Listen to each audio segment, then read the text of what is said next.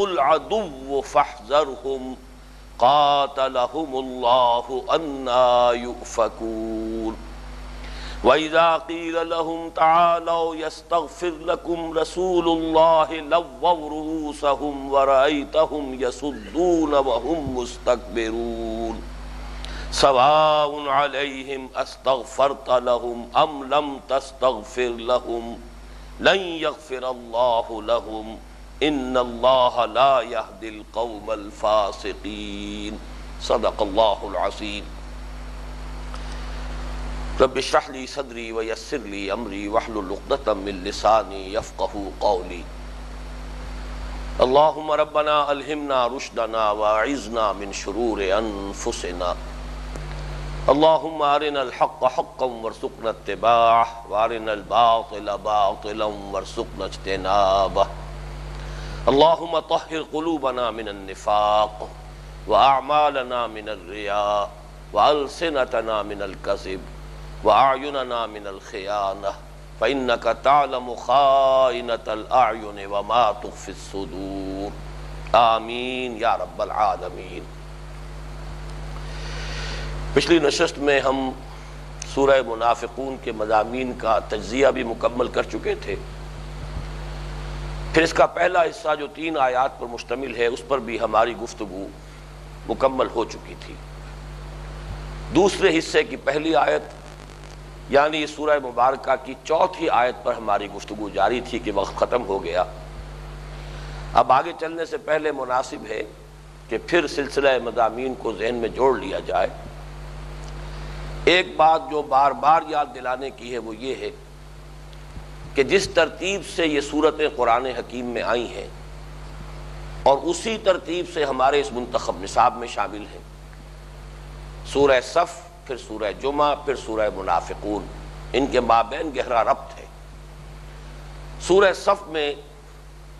جو للکارا گیا ہے مسلمانوں کو، پکارا گیا ہے کہ اگر تم واقعتاً ایمان رکھتے ہو تو تمہارا فرض ہے کہ جو محمد الرسول اللہ صلی اللہ علیہ وسلم کا مقصد بعثت ہے، غلبہ دین حق، اس کے لیے تن من دھن لگاؤ، جہاد اور قتال فی سبیل اللہ کے لیے دل و جان سے آمادہ رہو۔ در حقیقت اس سے پہلوتے ہی، اس سے کرنی کترانا، اس سے پسپائی اختیار کرنا، اس سے پیچھے ہٹنا، یہ ہے اصل سبب نفاق کا۔ تو اس ترتیب کے حوالے سے اس حقیقت کو میں چاہتا ہوں کہ اچھی طرح ذہن نشین کر لیا جائے۔ پھر یہ کہ جو پہلا حصہ ہم پڑھ چکے ہیں اس کے بارے میں پہلی آیت سے معلوم ہوا کہ ان منافقین کے لیے کہ جو اس دور میں تھے، جو حضور صلی اللہ علیہ وسلم کا عہد مبارک ہے، سب سے اہم معاملہ تھا ایمان بالرسالت کا۔ اللہ پر ایمان، آخرت پر ایمان، یہ وہ چیزیں ہیں کہ جن سے انسان پر کوئی عملی گرفت نہیں ہوتی۔ جو اصل عملی گرفت ہوتی ہے وہ ایمان بالرسالت، اور ایمان بالرسالت کا معاملہ بھی اس وقت کا کہ حضور صرف رسول نہیں تھے، آپ امیر بھی تھے، آپ سپہ سالار بھی تھے، آپ حاکم وقت بھی تھے۔ اس اعتبار سے آپ کا ہر حکم واجب التعمیل، واجب الاطاعت، یہ معاملہ تھا کہ جو سب سے زیادہ کٹھن گزرتا تھا۔ آج بھی نوٹ کر لیجئے، جن لوگوں کی طباع مغربی تہذیب کے اثرات سے آزادی کی طرف مائل ہے، وہ فکری بے راہ روی ہو، اخلاقی بے راہ روی ہو، ان سب کو سب سے زیادہ جو بغض ہے وہ حدیث رسول سے ہے صلی اللہ علیہ وسلم، اس لیے کہ قدغنیں وہاں سے عائد ہوتی ہیں، پابندیاں وہاں سے لگتی ہیں، دین کا تفصیلی ڈھانچہ بنتا ہے تو سنت رسول اور حدیث نبوی صلی اللہ علیہ وسلم کی بنیاد پر بنتا ہے۔ تو اس حوالے سے نوٹ کیجئے کہ پہلی آیت میں جو یہ فرمایا گیا کہ وہ لوگ قسمیں کھا کر آپ کو یقین دلاتے ہیں، اذا جاءک المنافقون قالوا نشہد انک لرسول اللہ، اس لیے کہ پانی وہی مر رہا تھا، اصل جو شک ہو رہا تھا وہ ان کے ایمان بالرسالت میں تھا، ان کا عمل غمازی کر رہا تھا کہ یہ حضور صلی اللہ علیہ وسلم کی اطاعت کے لیے تیار نہیں ہے۔ تو یہ زبانی قسمیں اور زبانی دعوے جو ہے اس کی تلافی نہیں کر سکتے تھے۔ اللہ سے بڑھ کر کون جانتا ہے کہ آپ اس کے رسول ہیں، لیکن اللہ گواہی دیتا ہے کہ یہ منافق جھوٹے۔ اس کے بعد دوسری بات جو آئی کہ یہ وہ لوگ ہیں کہ جو ایمان تو لائے تھے پھر کفر کی طرف لوٹ گئے۔ اس آیت کے حوالے سے میں عرض کر چکا ہوں، بہت اہم مضمون ہے کہ شعوری اور غیر شعوری نفاق کی تقسیم کر لیجیے۔ ایک وہ لوگ تھے کہ جو آئے ہی اسلام میں داخل ہی ہوئے دھوکہ دینے کی غرض سے، جیسے کہ یہود کی ایک جماعت کے بارے میں سورہ آل عمران میں بیان کیا گیا، وَقَالَتْ طَائِفَةٌ مِّنْ أَهْلِ الْكِتَابِ آمِنُوا بِالَّذِي أُنزِلَ عَلَى الَّذِينَ آمَنُوا وَجْهَ النَّهَارِ وَاكْفُرُوا آخِرَهُ لَعَلَّهُمْ يَرْجِعُونَ۔ وہ ایمان کا اظہار بھی ایک سازش کے تحت کر رہے تھے، چنانچہ انہی کا نقشہ کھینچا گیا سورہ مائدہ میں، وَهُمْ قَدْ دَخَلُوا بِالْكُفْرِ وَهُمْ قَدْ خَرَجُوا بِهِ۔ وہ کفر کے ساتھ ہی داخل ہوئے تھے، کفر کے ساتھ ہی نکل گئے۔ ایمان ایک لحظے کے لیے بھی ان کے نصیب میں نہیں آیا۔ وہ ہے شعوری نفاق، یہ غیر شعوری نفاق ہے۔ ایمان تو لائے تھے، ذَلِكَ بِأَنَّهُمْ آمَنُوا ثُمَّ كَفَرُوا فَطُبِعَ عَلَىٰ قُلُوبِهِمْ فَهُمْ لَا يَفْقَهُونَ۔ اب اس کی سزا جو انہیں مل چکی ہے، بدترین سزا، یہ وہی سزا ہے جو بدترین کافروں کو ملتی ہے۔ ختم اللہ علی قلوبہم وعلی سمعہم وعلی ابصارہم غشاوہ، یہ سورہ بقرہ کی بالکل آغاز میں پہلے رکوع میں فرمایا، وہی بات یہاں فرمائی، طبع علی قلوبہم۔ اب ان کے اس طرز عمل کی وجہ سے ان کے دلوں پر مہر کر دی گئی۔ پھر یہ بھی بات واضح کر چکا ہوں کہ یہ دفعتاً نہیں ہو گیا، یہ درجہ بدرجہ ہوتا ہے، تدریجاً ہوتا ہے۔ آدمی ایک دم نہیں ڈوب جاتا بلکہ ڈبکیاں کھاتا ہوا ڈوبتا ہے۔ اس کے حوالے سے یہ سورہ نساء کی آیات 137 138 نہایت اہم ہیں، جن کا حوالہ دیا جا چکا ہے۔ ان الذین آمنوا ثم کفروا ثم آمنوا ثم کفروا ثم ازدادوا کفرا لم یکن اللہ لیغفر لهم ولا لیہدیہم سبیلا بشر المنافقین بان لهم عذابا الیما۔ یہ لوگ ایمان لائے، پھر انہوں نے کفر کیا، پھر ایمان لائے، پھر کفر کیا، پھر کفر میں بڑھتے چلے گئے۔ اللہ کی یہ شان نہیں ہے کہ وہ ایسے لوگوں کی مغفرت فرمائے یا ایسے لوگوں کو ہدایت دے۔ ایسے منافقین کو تو اے نبی آپ بشارت دے دیجئے کہ ان کے لیے دردناک عذاب ہے۔ تو یہ درجہ بدرجہ معاملہ ہوا ہے۔ تو پہلے حصے کی 3 آیات میں، بلکہ تجزیے کے طور پر یہ نوٹ کر لیجئے کہ پہلے حصے کی 3 آیات میں، جس پر گفتگو مکمل ہو چکی ہے اور میں نے اعادہ بھی اختصار کے ساتھ کر دیا ہے، اس مرض کی ڈیفینیشن بھی آ گئی اور اس کی پیتھولوجی، وہ باطنی اختلال کیا ہے۔ پیتھولوجی کہتے ہیں، ایک تو فزیولوجی ہے، انسانی جسم کا جو نارمل نظام چل رہا ہے، وہ تو فزیولوجی کا موضوع ہے، علم وظائف الاعضاء۔ لیکن پیتھولوجی جب کہیں اب نارمیلٹی ہو جاتی ہے، کسی عضو کے فنکشن میں اختلال پیدا ہو جاتا ہے، یہ پیتھولوجی ہے۔ وہ پیتھولوجی اصل مرض ہے جس کے کہ پھر علامات ظاہر ہوتی ہیں، بخار ہو گیا، کچھ اور ہو گیا، پھوڑے نکل آئے، پھنسیاں نکل آئیں، اصل پیتھولوجی کچھ اور ہے اندر، اسی کی تشخیص کرنی ہوتی۔ تو پہلے حصے میں ڈیفینیشن بھی آ گئی، اور نمبر 2 یہ کہ پیتھولوجی بھی آ گئی کہ یہ ایمان لائے تو تھے لیکن پھر یہ کفر کی طرف لوٹ چکے ہیں، اگرچہ یہ کفر قانونی نہیں ہے۔ یہ تو دیمک کی مثال جو ہے بہترین ہے کہ اندر سے وہ چوکھٹ کو کھا چکی ہے، کھوکھلی ہو چکی ہے چوکھٹ، لیکن اوپر سے ایک پھٹی جو ہے وہ لگی ہوئی ہے، ایک ونیئر موجود ہے۔ وہ ونیئر ہے ان کا کہ یہ قانون اب بھی اپنے آپ کو مسلمان سمجھتے ہیں، اور بہرحال اسلامی ریاست میں ان کو مسلمان سمجھا جائے گا، اس لیے کہ کلمہ شہادت ادا کر رہے ہیں، اس اعتبار سے وہ مسلمان ہیں۔ لیکن یہ کہ حقیقت میں جو دولت ایمان جو تھوڑی بہت انہیں نصیب ہوئی تھی،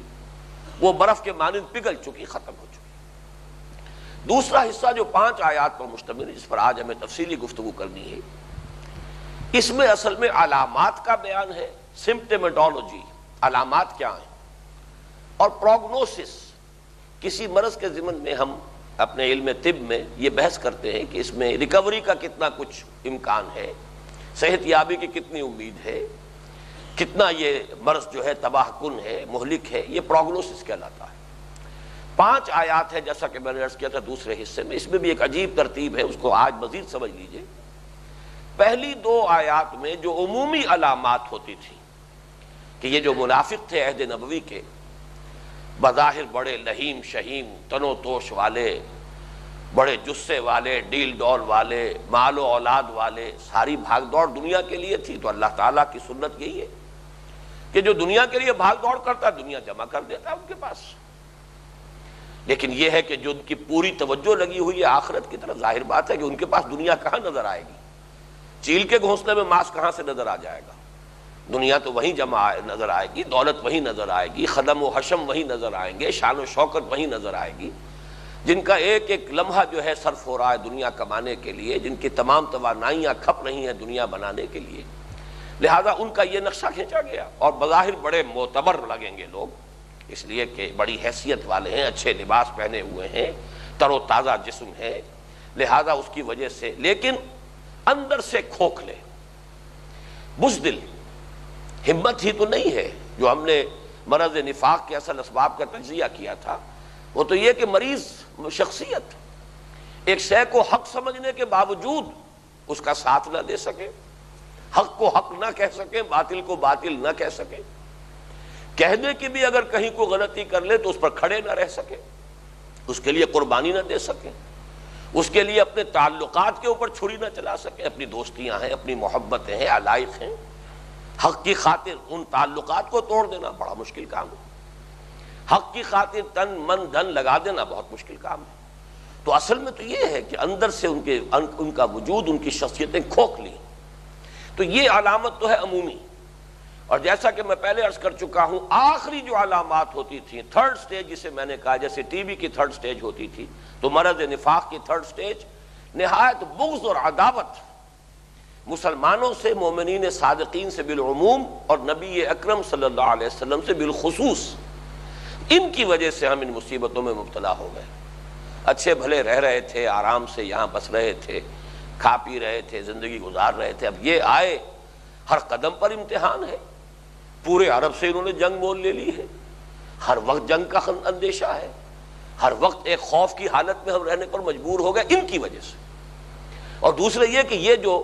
ان کے نزدیک سفہاء تھے، پاگل تھے، بے وقوف تھے، یہ جو گرد جمع ہو گئے محمد کے صلی اللہ علیہ وسلم، دیوانے، ہر وقت جو ہیں گویا کہ جان ہتھیلی پر لیے بیٹھے ہوئے، ذرا پکار آئی اور فوراً تیار، فوراً حاضر۔ ان کے اس طرح حاضر ہو جانے سے ہم اور زیادہ نمایاں ہو جاتے ہیں، ہماری کم ہمتی جو ہے اور کھل کر سامنے آ جاتی ہے۔ تو یہ بغض اور عداوت اور عناد مومنین صادقین سے بالعموم اور حضور صلی اللہ علیہ وسلم سے بالخصوص، تو دو آیتوں میں وہ ہے، آیت نمبر 4 اور 5، دو آیتوں میں پھر یہ ہے آخری ان کا جو مرض کی آخری علامت ہے، یہ ہے آیت نمبر 7 اور 8، درمیان میں ہیرے کی اس انگوٹھی کی طرح جس میں ہیرا جڑا ہوا ہو، وہ آیت ہے کہ جس میں پروگنوسس جو ہے وہ آ گیا، سواء علیہم استغفرت لہم ام لم تستغفر لہم لن یغفر اللہ، یہ آیت نمبر 6 ہے، بالکل درمیان میں، برابر ہے ان کے لیے اے نبی صلی اللہ علیہ وسلم، آپ ان کے لیے استغفار کریں یا نہ کریں۔ اور یہ اس پوری سورت کی 11 آیتوں میں اگر دیکھیں گے تو بالکل نگینہ ہے یہ آیت، 5 آیتیں ادھر، 5 آیتیں ادھر، بالکل درمیان میں، سواء علیہم استغفرت لہم ام لم تستغفر لہم لن یغفر اللہ لہم۔ بہرحال یہ 5 آیتیں ہیں جن کا اب ہمیں مطالعہ کرنا ہے، صرف نوٹ کر لیجئے آخری 3 آیتیں جن پر دوسرا رکوع مشتمل ہے، یہ علاج ہے۔ نفاق کا علاج کیا ہے؟ پریونٹیو ٹریٹمنٹ کیا ہے؟ دوام ذکر الہی۔ کیوریٹیو ٹریٹمنٹ کیا ہے؟ انفاق فی سبیل اللہ۔ ایک آیت میں پریونٹیو میڈیسن، پریونٹیو جو بھی ٹریٹمنٹ ہے، جو تدابیر ہے حفاظت کی، بچاؤ کی، 2 آیتوں میں اگر چھوت لگ گئی ہے، انفیکشن ہو گئی ہے، اور آدمی کو تنبہ ہو گیا، خود متنبہ ہو گیا کہ واقعتاً مجھے یہ مرض کا حملہ مجھ پر ہو گیا ہے، اگر وہ علاج کرنا چاہتا ہے، ابھی اگر وہ پہلی اور دوسری سٹیج میں ہے تو پھر ایک راستہ بتا دیا گیا، علاج یہ ہے، علاج بالضد ہے، وہ ایلوپیتھی کا ٹریٹمنٹ ہے، ہومیوپیتھی کا نہیں ہے، علاج بالمثل نہیں ہے، علاج بالضد ہے، اس پر تو بعد میں گفتگو ہوگی۔ اب آئیے آیت نمبر 4 کا ہم مطالعہ کر رہے تھے، اس میں سب سے پہلے یہ سوچنے کی بات ہے، اذا رأیتہم تعجبک اجسامہم، اس میں مخاطب کون ہے؟ جب تم انہیں دیکھتے ہو تو تمہیں ان کے جسم بڑے اچھے لگتے ہیں، بڑے مرغوب کن ہیں ان کے جسے اور ان کا ڈیل ڈول اور ان کا قد و قامت، یہ ساری چیزیں جو ہے بڑی اچھی لگتی ہیں، بڑی بھاتی ہیں۔ تو یہ کون ہے جن سے یہ بات ہو رہی ہے؟ اذا رأیتہم تعجبک اجسامہم۔ ایک بات تو یہ ہے کہ چونکہ قرآن مجید میں بالعموم جب اس طرح خطاب ہوتا ہے تو مخاطب ہوتے ہیں حضور صلی اللہ علیہ وسلم، اس کا بھی امکان ہے، یہاں موجود ہے امکان۔ لیکن دوسری بات یہ بھی ہمیں معلوم ہے کہ قرآن مجید میں بسا اوقات بظاہر حضور سے خطاب کر کے عام مسلمانوں سے خطاب ہوتا ہے. یہاں تو اگرچہ حضور کے لیے الفاظ بھی نہیں ہے یا ایھا النبی یا ایھا الرسول، اس طرح کا قریہ موجود نہیں ہے، لیکن سورہ تحریم کے شروع میں، بلکہ سورہ طلاق کے شروع میں، جو یوں سمجھیے کہ اسی سلسلہ سور میں صورتیں آ رہی ہیں، یا ایھا النبی اذا طلقتم النساء فطلقوہن لعدتہن، بظاہر تو حضور سے خطاب ہو، اے نبی جب آپ لوگ طلاق دیا کریں اپنی بیویوں کو تو طلاق دیجئے انہیں عدت کے حساب سے. حضور نے تو ساری عمر کسی کو طلاق دی نہیں، تو حضور تو اس آیت مبارکہ کے مخاطب ہے ہی نہیں، تو گویا کہ خطاب وہاں مسلمانوں سے ہو رہا ہے. لیکن چونکہ حضور امام ہیں، امیر ہیں، نمائندے ہیں، پھر یہ کہ اللہ تعالیٰ کے نمائندے ہیں، اللہ کا حکم آپ ہی کے ذریعے سے امت کو دیا جا رہا ہے، تو بظاہر خطاب حضور سے ہے. یا ایھا النبی اذا طلقتم النساء فطلقوہن لعدتہن. تو اسی طریقے سے نوٹ کیجئے کہ یہاں پر گمان غالب یہ ہے کہ یہاں خطاب حضور سے نہیں ہے بلکہ عام مسلمانوں سے ہے، اور عام مسلمانوں کے حوالے سے یہ بات بڑی آسانی سمجھ میں آ جاتی ہے. حضور کے بارے میں تو ہم یہ باور نہیں کر سکتے کہ آپ بھی ان لوگوں کے تن و توش اور جسم سے اور ان کے جو بھی ظاہری ٹھاٹ باٹ تھے ان سے متاثر ہو جاتے ہوں گے. یہاں پر عام مسلمانوں کا معاملہ معلوم ہوتا ہے. وَإِذَا رَأَيْتَهُمْ تُعْجِبُكَ أَجْسَامُهُمْ، اے مسلمانوں جب تم دیکھتے ہو انہیں تو بڑے متاثر ہو جاتے ہو. ان کا تن و توش، ان کا ڈیل ڈول، ان کا جسہ، ان کے مال و اسباب، ان کا اچھا لباس. اور اس کے حوالے سے میں آپ کو 2 آیتیں اور سنا چکا ہوں. سورہ توبہ میں صرف یرید اللہ لیعذبہم بہا فی الحیات الدنیا وتزہق انفسہم وہم کافرون، یہ آیت نمبر 55 ہے. اور تھوڑے سے لفظی فرق کے ساتھ وَلَا تُعْجِبْكَ أَمْوَالُهُمْ وَأَوْلَادُهُم، لا دوبارہ نہیں لایا گیا. انما یرید اللہ ان یعذبہم، لے یعذبہم کے بجائے ان یعذبہم، بہا فی الحیات کی بجائے فی الدنیا، فی الدنیا وتزہق انفسہم وہم کافرون. لوگوں، اے مسلمانوں، تم ان کے جسموں سے، ان کے مالوں سے، ان کی اولاد سے مرعوب نہ ہو، ان سے متاثر نہ ہو. یہ تو اللہ تعالیٰ نے ان کے لیے عذاب کا ذریعہ بنایا ہے. یہی مال ان کے لیے سوہان روح بنتا ہے. ذرا سا کوئی خسارے کا اور گھاٹے کا اندیشہ ہوتا ہے اور یہ انگاروں پر لوٹنے لگتے ہیں. یہی اولاد ہے جو دنیا میں انہیں چین سے جینے نہیں دے گی، بلکہ ان کے لیے گویا کہ یہ گلے کا ہار بن جائے گی یہ اولاد اس دنیا کی زندگی میں بھی، بجائے ان کے لیے کسی اطمینان اور سکون کا موجب ہونے کے،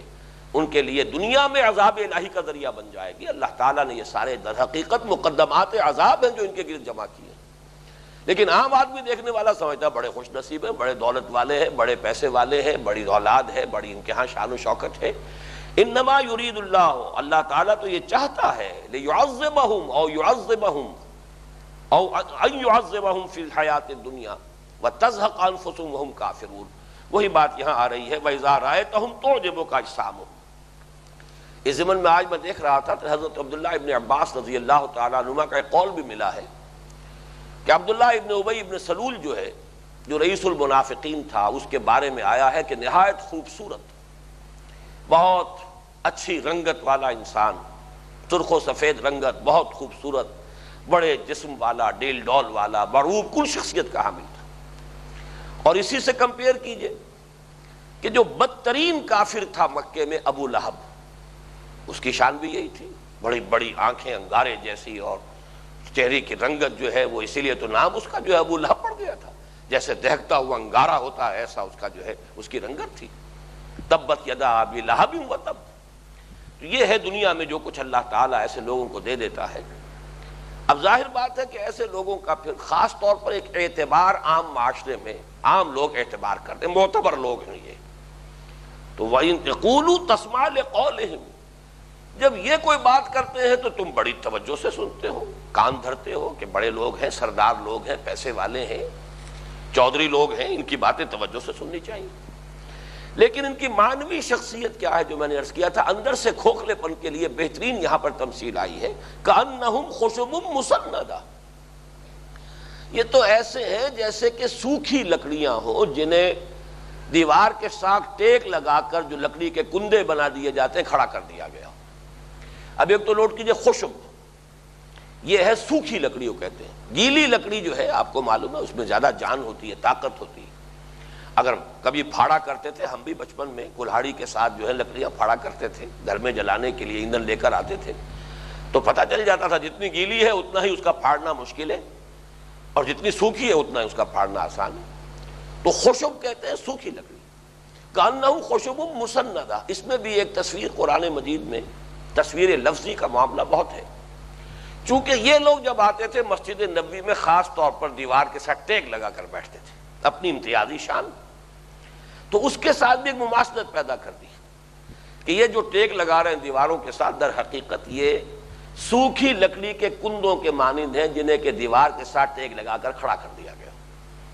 ان کے اندر معنوی شخصیت نہیں ہے، سیرت و کردار کی کوئی طاقت ان کے اندر نہیں ہے، کوئی کیریکٹر کی طاقت نہیں ہے ان کے اندر۔ یحسبون کل صیحۃ علیہم، وہ تو سمجھتے ہیں ہر چیخ کو کہ وہ انہی پر واقع ہو جائے گی۔ چیخ سے مراد کیا ہے؟ جیسا کہ میں نے عرض کیا ہے کہ مدینے کی وہ چھوٹی سی بستی ہر وقت ایک ایمرجنسی کی کیفیت طاری رہتی تھی۔ یوں سمجھیے کہ ایک چراغ ہے۔ مجھے نعیم صدیقی صاحب کا وہ شعر بہت پڑھا تھا جب کہ میڈیکل کالج میں ہم پڑھا کرتے تھے، تو جو اشعار اس وقت سے ذہن میں حافظے میں چپک کر رہ گئے ہیں ان میں سے یہ بھی ہے کہ اے آندھیوں سنبھل کے چلو اس دیار میں، امید کے چراغ جلائے ہوئے ہیں ہم۔ اور یہی نقشہ تھا مدینہ منورہ، یوں سمجھیے کہ بڑے صحرا کے اندر ایک چھوٹا سا چراغ، چھوٹی سی بستی، اور اس چراغ کو گل کرنے کے لیے آندھیاں آ رہی ہیں پے بپے۔ تو یہ جو ہر وقت کا ایک اندیشہ رہتا تھا، اور جہیں کہیں ذرا شور بلند ہوا معلوم ہے شاید پھر کوئی لشکر آ گیا، یا پھر کوئی خبر آ گئی، پھر کسی حملے کے بارے میں کوئی اطلاع آ گئی ہے، پھر کہا جائے گا کہ آؤ نکلو اللہ کی راہ میں، پھر مصیبت ہماری آ گئی۔ تو وہ جو اندر کی وہ بودی شخصیت تھی جس چیز سے کہ وہ گریز کرنا چاہتے تھے، جس چیز سے بچنا چاہتے تھے، تو ہر وقت جو ہے تمام رات تیری کانپتے گزرتی ہے، یہ جو شمع کے لیے اقبال نے کہا ہے کہ تمام رات تیری کانپتے گزرتی ہے، تو ان لوگوں کا حال یہ تھا کہ ان کے لیے چین اور سکون نہیں تھا، اس لیے کہ ہر وقت اندیشہ تھا کہ اب کوئی حملہ ہو جائے گا، یا کوئی خود محمد الرسول اللہ صلی اللہ علیہ وسلم کسی مہم کا اعلان کر دیں گے، پھر ہماری جان پر بن جائے گی۔ پھر جب کہیں گے نکلو اللہ کی راہ میں، انفروا فی سبیل اللہ ثاقلتم الی الارض، پھر ہم زمین میں دھسے جا رہے ہوں گے، لوگ ہمیں دیکھ رہے ہوں گے، زیر لب مسکرائیں گے، ہم جھوٹی قسمیں بھی کھائیں گے، لیکن صاف نظر آ جائے گا کہ اب تو ہماری جھوٹی قسموں کا بھی اعتبار ختم ہوتا جا رہا ہے۔ تو یہ گویا کہ ان کی ایک نفسیاتی کیفیت، یحسبون کل صیحۃ علیہم، کہیں سے کوئی پکار، کوئی بلند آواز، کہیں سے کوئی شور سنائی دیتا ہے تو ان کی جان پر بن جاتی ہے کہ اب آئی کوئی مصیبت، کوئی نئی آزمائش، کوئی نیا امتحان آیا ہمارے لیے۔ اگلا ٹکڑا بہت اہم ہے، ہم العدو فاحذرہم، یہ ہے اصل دشمن، بس ان سے بچ کر رہو۔ حذر کہتے ہیں، حذر کہتے ہیں ڈھال کو، خذوا حذرکم عند کل مسجد، تو وہ اپنے آپ کو بچانے کے لیے، ایک تو آپ کے پاس ہتھیار ہوتے ہیں، دوسرے پر حملہ آور ہونے کے لیے تلوار ہے، نیزہ ہے، ایک اپنے آپ کو بچانے کے لیے ڈھال۔ یہ دونوں چیزیں جو ہے پرانے زمانے کی دو بدو جنگ کے اندر یہ لازمی چیزیں تھیں، تو یہ حذر جو ہے اس ڈھال کے لیے آتا ہے، فاحذروہم، بچو ان سے، یعنی ان کی طرف سے کہیں بھی کسی درجے میں غفلت نہ ہونے پائے، ان کی ریشہ دوانیوں کو واچ کرو، ان کو ہر وقت جو ہے زیر نگرانی رکھا جائے۔ ہم العدو، یہ مارے آستین ہے، اصل دشمن یہ ہے۔ باہر کا دشمن تو نظر آ جاتا ہے، وار کرتا ہے تو محسوس ہوتا ہے، آدمی اپنا بچاؤ کر لیتا ہے، یہ آستین کا سانپ ڈنک مارتا ہے اور اس سے بچاؤ کی کوئی شکل نہیں۔ ہم العدو فاحذرہم، یہ ہے اصل دشمن، بس ان سے بچیے۔ قاتلہم اللہ، اب یہ عربی محاورے کے مطابق ایک بددعائیہ کلمہ ہے، اللہ انہیں غارت کرے، اللہ کی مار ان پر، یعنی یہ کہ ابھی تو یہ ظہور میں بھی آ جائے گا، عالم واقعہ میں بعد میں عرض کروں گا، لیکن یہ کہ ابھی تو گویا کہ یہ ایک کلمہ ہے، بددعائیہ کلمہ، قاتلہم اللہ انا یوفکون، کہاں سے یہ پھرائے جا رہے ہیں، کہاں سے لوٹائے جا رہے ہیں، کہاں سے ان کو اچک لیا جا رہا ہے۔ یوفکون چونکہ فعل مجہول ہے، ایک تو یہ ہوتا ہے کہ کوئی آدمی خود کوئی راستہ طے کرتا ہے اور راستہ طے کر کس طرف مڑتا ہے، اور ایک یہ کہ معلوم ہوتا ہے کہ اس کی باغ ڈور کسی اور کے ہاتھ میں ہے اور وہ اسے لوٹا کر لے جا رہا ہے۔ اس طرح بے بسی کی کیفیت، وہی در حقیقت چونکہ ان کی شخصیت کا بودا پن جو ہے ظاہر کرنا، انا یوفکون، کہاں سے لوٹائے جا رہے ہیں، کہاں سے پھیرے جا رہے ہیں، کہاں سے اچک لیے جا رہے ہیں۔ وہ جو شعر ہے کہ قسمت کی خوبی دیکھیے ٹوٹی کہاں کمن، دو چار ہاتھ جب کے لبے بام رہ گیا، یہ ان کا حال ہے۔ حضور کا زمانہ نصیب ہوا ہے، حضور کی صحبت سے مستفید ہوئے ہیں، تاریخ انسانی کا بہترین دور انہیں میسر آیا ہے۔ گلے سبق جو ہیں نوع انسانی کے محمد الرسول اللہ صلی اللہ علیہ وسلم جو سید المرسلین ہیں، تمام انسانوں کے سردار ہیں، بلکہ یہ کہ کل مخلوقات کے سردار ہیں، ان کی صحبت نصیب ہوئی ہو اور پھر بدبختی کا یہ عالم، تو قسمت کی خوبی دیکھیے ٹوٹی کہاں سے یہ لوٹائے جا رہے ہیں۔ پھر یہ کہ ایمان کی بھی نعمت نصیب ہو گئی تھی بدبختوں کو۔ ایک تو یہ ہے کہ پہلے ہی سے گویا کہ جس کی تمثیل جو ہے سورہ بقرہ کے دوسرے رکوع میں آئی ہے، مثلہم کمثل الذی استوقد نارا فلما اضاءت ما حولہ ذہب اللہ بنورہم وترکہم فی ظلمات لا یبصرون صم بکم عمی فہم لا یرجعون۔ ایک تو وہ جنہیں سرے سے کبھی ایمان کی رمق نصیب ہی نہیں ہوئی، اپنے ضد، اپنے تعصب، اپنی ہٹ دھرمی کی وجہ سے وہ کافر کے کافر رہے اور انہوں نے اسی پر اصرار کیا، اسی پر جمے رہے۔ انہیں تو وہ نعمت بھی نصیب ہوئی، اللہ نے حق کا انکشاف ان پر کر دیا، حقیقت انہیں بھلی لگی، آگے بڑھے، ایمان لائے۔ ذالک بانہم آمنوا ثم کفروا، پھر یہ واپس لوٹے ہیں۔ تو انا یؤفکون، کہاں سے یہ لوٹائے جا رہے ہیں، کہاں سے پھیرے جا رہے ہیں۔ وَإِذَا قِيلَ لَهُمْ تَعَالَوْا يَسْتَغْفِرْ لَكُمْ رَسُولُ اللَّهِ، اور جب ان سے کہا جاتا ہے آؤ تمہارے لیے اللہ کے رسول استغفار کریں گے اللہ سے، آؤ اپنی خطا کا اعتراف کر لو۔ دیکھیں نوٹ کر لیجئے، میں نے شروع میں جو نفاق کی حقیقت اور پھر اس کے مدارج بیان کیے تھے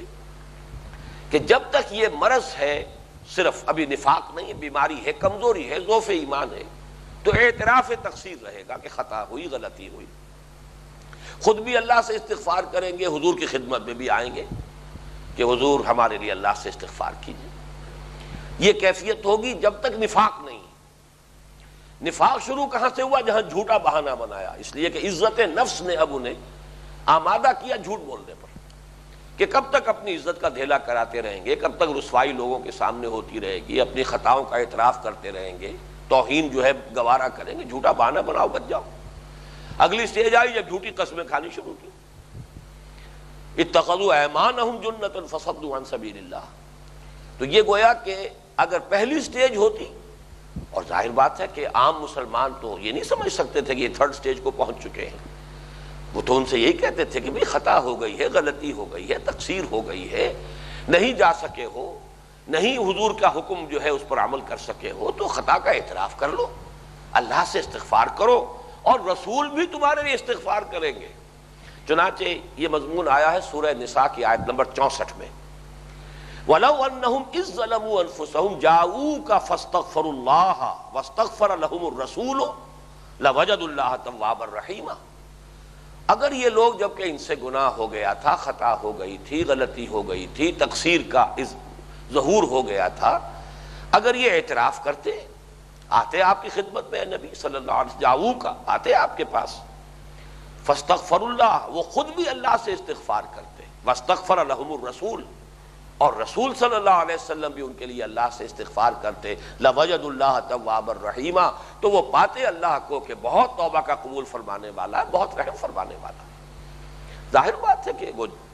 جو کچھ انسان کو اس نے بنایا ہے اس سے بڑھ کر کون جانتا ہے۔ اگر کوئی کمزور ہے، جیسا کہ میں نے عرض کیا کہ اللہ تعالیٰ نے تمام انسان ایک جیسے نہیں بنائے، خدا پنج انگوش یکساں نہ کرد، نہ ہر زن زنست و نہ ہر مرد مرد، کمزور طبائع بھی ہیں، لیکن یہ کہ کمزور طبیعت انسان اگر خطا ہو گئی اعتراف کرتا رہے، اس کو کہا جائے گا ذوف ایمان، اور اس کے لیے یہ ہے خاص یہاں پر جو اللہ تعالیٰ کی طرف سے اطمینان دلا دیا گیا، وَلَوْ أَنَّهُمْ إِذْ ظَلَمُوا أَنفُسَهُمْ جَاءُوكَ فَاسْتَغْفَرُوا اللَّهَ وَاسْتَغْفَرَ لَهُمُ الرَّسُولُ لَوَجَدُوا اللَّهَ تَوَّابًا رَحِيمًا۔ لیکن یہ جس سٹیج پر پہنچ چکے تھے، ان کا حال کیا ہے؟ وَإِذَا قِيلَ لَهُمْ تَعَالَوْا يَسْتَغْفِرْ لَكُمْ رَسُولُ اللَّهِ لَوَّوْا رُءُوسَهُمْ وَرَأَيْتَهُمْ يَصُدُّونَ وَهُمْ مُسْتَكْبِرُونَ۔ جب ان سے کہا جاتا ہے کہ آؤ تمہارے لیے اللہ کے رسول استغفار کریں گے اپنی خطا کا، یہاں گویا کہ محذوف ہے وہ مضمون جو سورہ نساء کی اس آیت میں کھول کر بیان کیا گیا ہے۔ سورہ نساء پہلے نازل ہوئی ہے، سورہ منافقون جو بعد میں نازل ہوئی، یہ غزوہ بنی المصطلق کے بعد نازل ہوئی۔ اس حوالے سے یہ ترتیب ذہن میں رکھیے کہ وہ مضمون پہلے آیا، یہاں اس کی پوری تفصیل کو دوبارہ نہیں بیان کیا گیا، بلکہ یہ کہ اس کا اندر حذف کر دیا گیا درمیانی جو حصہ ہے اس کو۔ وَإِذَا قِيلَ لَهُمْ تَعَالَوْا يَسْتَغْفِرْ لَكُمْ رَسُولُ اللَّهِ لَوَّوْا رُؤُوسَهُمْ، تو وہ اپنے سروں کو مٹکاتے، اچھا جی آئیں گے، لیکن یہ کہ آنے کی نیت نہیں ہے، جائیں گے حضور کے پاس جائیں گے، مان لیں گے، ہم اپنی خطا اعتراف کر لیں گے، لیکن جانے کا ارادہ نہیں ہے۔ لَوَّوْا رُؤُوسَهُمْ، اپنے سروں کو مٹکاتے ہیں، لوگوں کو ٹالنے کے لیے ادھر ادھر جنبش دی۔ وَرَأَيْتَهُمْ يَصُدُّونَ، اور تم دیکھتے ہو انہیں کہ وہ رک جاتے ہیں، نہیں آتے حضور کی خدمت میں۔ یہ میں عرض کر چکا ہوں اس سے پہلے، یہ صدو کا لفظ جو ہے اس سے پہلے بھی آ چکا ہے، فصدوا عن سبیل اللہ آیت نمبر 2 میں، یہاں پھر آ گیا ہے، اور یہاں دونوں جگہ پر میرے نزدیک خود رک جانا ہی اس سے مراد ہے۔ یہاں تو یقیناً خود رک جانا ہی مراد ہے، دوسرا ہے ہی نہیں۔ پہلی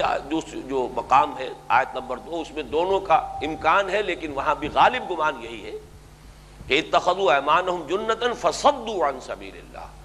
انہوں نے اپنی قسموں کو اپنی ڈھالیں بنا لیا ہے اور اس کی وجہ سے اللہ کے راستے میں آگے بڑھنے سے رک گئے۔ یہاں پر بھی وہی ہے، وَرَأَيْتَهُمْ يَصُدُّونَ وَهُمْ مُسْتَكْبِرُونَ، آپ دیکھتے ہیں ان کو، یا تم دیکھتے ہو اے مسلمانوں ان کو، ان کے طرز عمل کو تم خود جانچو پرکھو۔ یہ اصل میں یہ تعلیم اہل ایمان کو اس لیے بھی دی جا رہی ہے کہ ان میں شناخت پیدا ہو جائے، اس لیے کہ جب تک مسلمان معاشرے میں یا ایک اسلامی جماعت میں جو عام لوگ شریک ہیں ان کو معلوم نہ ہو کہ ہمارے ہاں ففتھ کالمسٹ عنصر بھی ہے، ہمارے ہاں کوئی مارے آستین بھی ہیں، ان کے ظاہر سے دھوکہ نہیں کھانا چاہیے، ان کی چکنی چپڑی باتوں میں نہیں آنا چاہیے، ان کے تن و توش سے یا ان کے ظاہری تقویٰ کے جو مظاہر ہیں ان سے کہیں متاثر نہ ہو جائے، ان کے اصل کردار کو دیکھو۔ اگر اندر صحیح ایمان ہوتا تو خطا ہو گئی تھی، حضور کی خدمت میں آ جاتے، کیا چیز انہیں روکنے والی ہے؟ لیکن ان کا حال تم دیکھتے ہو۔ اب ظاہر بات ہے جس مسلمان نے بھی کسی کا یہ رنگ دیکھا ہوگا اب اس کو اطمینان ہو گیا ہوگا کہ یہ واقعتاً منافق ہے، اس لیے کہ قرآن مجید نے اس کی علامت بیان کر دی ہے۔ رأیتہم یصدون وہم مستکبرون، استکبار، تکبر، گھمنڈ کی وجہ سے حضور کی خدمت میں آنے کے لیے تیار نہیں۔ اس کا حوالہ میں پہلے دے چکا ہوں آپ کو، سورہ بقرہ میں نقشہ کھینچا گیا ہے۔ اخذتہ العزت بالاسم، انہیں عزت نفس، جھوٹی عزت نفس نے جما دیا ہے گناہ پر۔ یہی جھوٹی عزت نفس ہے، یہ تمام چیزیں بڑی مربوط ہیں۔ جھوٹی عزت نفس ہی نے تو جھوٹ بولنے پر آمادہ کیا تھا کہ کب تک اپنی توہین کرائیں گے، جھوٹا بہانہ بنا اور بچ جاؤ۔ اسی جھوٹی نفس نے، جو عزت نفس نے پھر جھوٹی قسمیں کھانے پر آمادہ کیا۔ تو جیسے جیسے مرض بڑھ رہا ہے، ان کی انانیت، ان کا تکبر، اور اللہ تعالیٰ نے چونکہ ان کی رسی دراز کی ہوئی ہے، ڈھیل دی ہوئی ہے، مال و اسباب میں اللہ تعالیٰ ان کو بڑھاتا چلا جا رہا ہے۔ یمدہم فی طغیانہم یعمہون، اللہ تعالیٰ انہیں ڈھیل دے رہا ہے کہ اپنی سرکشی کے اندر طغیانی میں بڑھتے چلے جائیں، اندھے بہرے ہو کر۔ لہذا وہ سمجھتے ہیں کہ ہم کامیاب ہو رہے ہیں، اس سے ان کا تکبر اور ان کی وہ جھوٹی انانیت اور جھوٹی عزت نفس بھی بڑھتی چلی جا رہی ہے۔ لہذا اسی کی بنا پر اخذت العزت بالاسم، وہ جھوٹی عزت نفس جو ہے وہ انہیں گناہ کے اوپر، معصیت پر، اس نفاق کے اوپر اور جمائے چلی جا رہی ہے۔ رأیتہم یصدون وہم مستکبرون، اب وہ آیت آ گئی جو میں نے عرض کیا ہے کہ یہ پروگنوسس، 2 آیتوں میں عمومی ان کے جو اوصاف تھے وہ بیان ہو چکے، اگلی 2 آیتوں میں پھر آئیں گے تو تکمیلی ہیں، یعنی یہ مرض جب انتہا کو پہنچ کر 3rd سٹیج میں داخل ہو چکا ہے، اس کی جو علامات ہیں۔ درمیان میں یہ آیت آ گئی، اور جیسا کہ میں نے عرض کیا یہ آیت جو ہے آیت نمبر 6، یہ پوری سورت کا بھی عین مرکز ہے۔ سواء علیہم استغفرت لہم ام لم تستغفر لہم لن یغفر اللہ لہم، اے نبی برابر ہے ان پر، اگرچہ عام قاعدے کے مطابق تو یہاں سواء لہم ہونا چاہیے، اس لیے کہ ان کے حق میں یہ برابر ہے، اعلیٰ آتا ہے مخالفت کے لیے، لیکن یہ حروف جار جو ہیں لام اور اعلیٰ یہ ایک دوسرے کی جگہ بھی استعمال ہو جاتے ہیں، اور اس میں بالعموم دیکھنے کی بات یہ ہوتی ہے کہ جو ردم ہے آیت کا، جو ایک صوتی، جو قرآن مجید کا صوتی جو ایک ردم ہے، اس میں جو ایک ملکوتی غنا ہے، اس کے تقاضے کے تحت جو ہے جو بھی گنجائش ہوتی ہے زبان کے قواعد کے اعتبار سے، سواء علیہم انذرتہم ام لم تنذرہم لا یؤمنون۔ اب یہاں بھی نوٹ کیجئے کہ یہی اسلوب ہے جو 2 مرتبہ کفار کے بارے میں آیا ہے۔ جیسے اس سے پہلے ہم دیکھ چکے ہیں بدترین کافروں کے لیے فرمایا گیا ختم اللہ علی قلوبہم وعلی سمعہم وعلی ابصارہم غشاوہ، وہی بات ان منافقین کے لیے کہی گئی فطبع علی قلوبہم فہم لا یفقہون۔ اسی طریقے سے 2 مرتبہ قرآن مجید میں یہ اسلوب آیا ہے، سواء علیہم اانذرتہم ام لم تنذرہم لا یؤمنون۔ اے نبی صلی اللہ علیہ وسلم، برابر ہے ان کے لیے، یہاں پر بھی ترجمہ کرتے ہوئے لیے کہنا ہوگا، ان کے حق میں برابر ہے یہ، آپ چاہے انہیں انذار کریں چاہے نہ کریں، یہ اب ایمان لانے والے نہیں۔ یہ سورہ بقرہ کی آیت نمبر 6 اور 7 میں یہ مضمون آیا ہے، اور سورہ یاسین کی آیت نمبر 10 بین ہی انہی الفاظ پر، سواء علیہم انذرتہم ام لم تنذرہم لا یؤمنون۔ تو یہ آخری کیفیت ہوتی ہے کفر کی، اور وہی کیفیت ہے آخری نفاق کی۔ سواء علیہم استغفرت لہم، استغفرت لہم، یہاں پر حمزہ استفہام موجود ہے، انذرتہم تھا وہاں، یہاں پہ بھی استغفرت لہم ہے، لیکن چونکہ یہاں استغفار جو ہے باب استفعال میں حمزۃ الوصل ہے وہ گر جاتا ہے، تو یہاں پر وہ حمزہ جو ہے استفہام کا وہ اس کے ساتھ جڑ گیا، مدغم ہو گیا۔ سواء علیہم استغفرت لہم ام لم تستغفر لہم لن یغفر اللہ۔ اسلوب کے اعتبار سے تو سورہ بقرہ اور سورہ یاسین کی وہ آیات ہیں جو اس کے مشابہ ہیں، باقی یہ کہ یہ مضمون جو آیا ہے اپنے پورے نقطہ عروج کو جو پہنچا ہے وہ سورہ توبہ میں، استغفر لہم او لا تستغفر لہم ان تستغفر لہم 70 مرۃ فلن یغفر اللہ۔ وہاں تو بلکہ کلمہ فا نے اور زیادہ تاکیدی رنگ پیدا کیا ہے، اے نبی آپ ان کے لیے استغفار کریں یا نہ کریں، استغفر لہم او لا تستغفر لہم ان تستغفر لہم 70 مرۃ،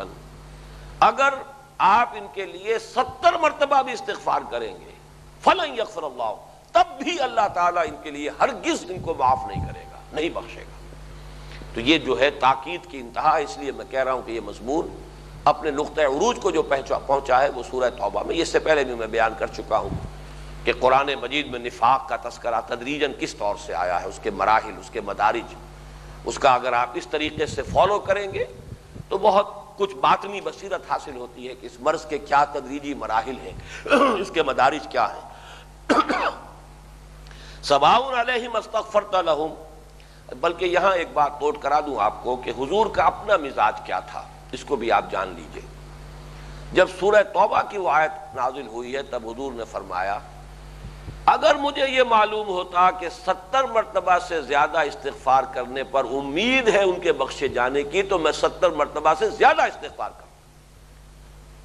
یہ حضور کی اپنی ایک طبعی رافت، رحمت۔ یہی وجہ ہے کہ 2 جگہ قرآن مجید میں، جن میں سے ایک مقام تو وہی ہے سورہ توبہ، اور ایک مقام جو ہے پھر سورہ تحریم، 2 جگہ یہ آیت آئی ہے بین ہی انہی الفاظ میں، ایک شوشے کا فرق بھی نہیں ہے کہ اے نبی ان پر سختی کیجئے، یا ایھا النبی جاہد الکفار والمنافقین واغلظ علیہم ومأواہم جہنم وبئس المصیر۔ اے نبی آپ جہاد کیجئے، کشمکش کیجئے ان منافقین سے بھی اور کافروں سے بھی، اور ان پر سختی کیجئے۔ آپ کی طبعی شرافت، طبعی نرمی، طبعی مروت یہ ان لوگوں کے لیے ڈھال کا کام دے رہی ہے، ان کے لیے مفید ہونے کی بجائے الٹی مضر ثابت ہو رہی ہے، یہ اپنی سرکشی میں اور بڑھتے چلے جا رہے ہیں، تو ان پر سختی کیجئے۔ وَاغْلُظْ عَلَيْهِمْ وَمَأْوَاهُمْ جَهَنَّمْ، ان کا ٹھکانہ جہنم ہے، وَبِئْسَ الْمَصِيرُ، اور بہت ہی بری جگہ ہے، لوٹنے کی جگہ۔ تو اس اعتبار سے حضور کا اپنا مزاج یہ ہے، اور آپ نے گویا کہ اس حدیث کے ذریعے سے بھی اور اس کو موقت کر دیا کہ مراد 70 مرتبہ کا عدد نہیں ہے، یہ 70 مرتبہ نہیں ہے، بلکہ یہ تو اصل میں اسلوب ہے کہ اللہ ہرگز معاف نہیں کرے گا چاہے میں 70 مرتبہ سے زیادہ بھی استغفار کروں۔ تو یہاں پر عدد جو ہے وہ مراد نہیں ہے، بلکہ یہ کہ یہ محاورے کے طور پر آیا ہے کہ اگر آپ 70 مرتبہ بھی استغفار کریں گے تب بھی اللہ ان کو معاف نہیں فرمائے گا۔ ان اللہ لا یہدی القوم الفاسقین، یقیناً اللہ تعالیٰ ایسے فاسقوں کو ہدایت نہیں دیتا۔ یہ جو الفاظ آئے ہیں ان تینوں صورتوں میں وہ میں نے نوٹ کرایا تھا پہلے بھی، ان سے بھی اصل میں روشنی پڑتی ہے کہ ان تینوں کے مضامین میں کتنا گہرا ربط ہے۔ بلکہ چوتھی صورت بھی اگلی جو ہے، جو یہ سورہ تغابن آئی ہے، جو ہمارے منتخب نصاب کے حصہ دوم میں شامل ہے، حقیقت کا جو حصہ ہے، یہ چاروں صورتیں بڑی کمپیکٹ ہیں، بہت مربوط ہیں آپس میں، بڑا گہرا ربط ہے۔ اس حوالے سے میں نے نوٹ کرایا تھا کہ سورہ صف میں جو گویا کہ اس چہار سورہ میں، یہ چار سورتوں کو میں چہار سورہ کہہ رہا ہوں، جیسے آپ پنج سورہ کہتے ہیں، یازدہ سورہ کہتے ہیں، تو یہ چہار سورہ ہے، سورہ صف، سورہ جمعہ، سورہ منافقون، سورہ تغابن۔ اس چہار سورہ میں پریزائڈنگ پوزیشن میں سورہ صف ہے۔ یہی وجہ ہے کہ سورہ صف میں دونوں الفاظ آئے ہیں، واللہ لا یہدی القوم الفاسقین واللہ لا یہدی القوم الظالمین۔ اللہ تعالیٰ ایسے فاسقوں کو ہدایت نہیں دیتا، اللہ ایسے ظالموں کو ہدایت نہیں دیتا۔ اس کے بعد تقسیم ہو گئی، سورہ جمعہ میں آیا واللہ لا یہدی القوم الظالمین، وہ دوسری آیت تھی، وہ تو وہاں اس کی تکرار ہو گئی۔ اب یہاں پر آئی ہے وہ پہلی بات جو آئی تھی سورہ صف کے اندر، لیکن یہاں زیادہ زور دے کر، زیادہ تاکید کے ساتھ، ان اللہ لا یہدی القوم الفاسقین، یقیناً بلا شک و شبہ اللہ تعالیٰ کا یہ طریقہ نہیں ہے کہ ایسے فاسقوں کو زبردستی ہدایت دے دے۔ میں لفظ اضافہ کر رہا ہوں زبردستی، اور یہ در حقیقت وہ قانون ہدایت و ضلالت جس کا میں حوالہ دے چکا ہوں اور کسی قدر تفصیل سے بیان کر چکا ہوں سورہ صف کی اس آیت کے ضمن میں، کہ فلما زاغوا ازاغ اللہ قلوبہم واللہ لا یہدی القوم الفاسقین۔ جب وہ خود ٹیڑھے ہوئے تو اللہ نے ان کے دلوں کو بھی ٹیڑھا کر دیا۔ جو طالب ہدایت ہوگا اللہ اسے ہدایت دے گا، جو طالب زیغ ہے، طالب ضلالت ہے، اللہ اسے ضلالت اور گمراہی دے گا، یہاں تک کہ قرآن سے بھی اسے گمراہی ملے گی۔ یضل بہ کثیرا ویہدی بہ کثیرا، اسی کے ذریعے سے اللہ تعالیٰ بہتوں کو گمراہ کرتا ہے اور اسی کے ذریعے سے اللہ تعالیٰ بہتوں کو ہدایت دیتا ہے۔ تو فیصلہ کن چیز جو ہے وہ قرآن نہ ہوا، وہ انسان کی اپنی طلب ہے۔ طلب ہدایت ہے، قرآن ہدایت دے گا، اور طلب ضلالت ہے، قرآن سے بھی ضلالت ملے گی۔ تو یہ ہے اصل شے جو سمجھنے کی ہے، کہ قانون ہدایت و ضلالت کی پہلی دفعہ اور اہم ترین دفعہ یہ ہے کہ اصل شے انسان کی اپنی نیت، اس کا اپنا ارادہ، اپنا قصد، اس کا جو اپنا باطنی جو ہے فیصلہ، وہ ہے اصل شے۔ اس کے بعد اللہ تحصیل فرماتا ہے، توفیق دیتا ہے، تسہیل کرتا ہے۔ اگر آپ نیکی کے راستے پر چلنا چاہتے ہیں تو اس کی بڑی سے بڑی، کٹھن سے کٹھن مشکلیں آسان کرتا چلا جائے گا، اور اگر آپ غلط راستے پر جانا چاہتے ہیں، گمراہی کے راستے پر، بے حیائی کے راستے پر، تو اللہ اس کو آسان کرتا چلا جائے گا۔ آج چھوٹی بے حیائی، کل اور بہت بڑی بے حیائی کا دروازہ کھل جائے گا، یہاں تک کہ ہوتے ہوتے بدترین جگہ پر انسان جا پہنچے گا، اس لیے کہ اس نے اس کو خود اختیار کیا تھا۔ یہ تیسیر اور توفیق ہے۔ تو فرمایا ان اللہ لا یہدی القوم الفاسقین، یقیناً اللہ تعالیٰ ایسے فاسقوں کو زبردستی ہدایت نہیں دیتا۔ بارک اللہ لی ولکم فی القرآن العظیم ونفعنی وإیاکم بالآیات والذکر الحکیم۔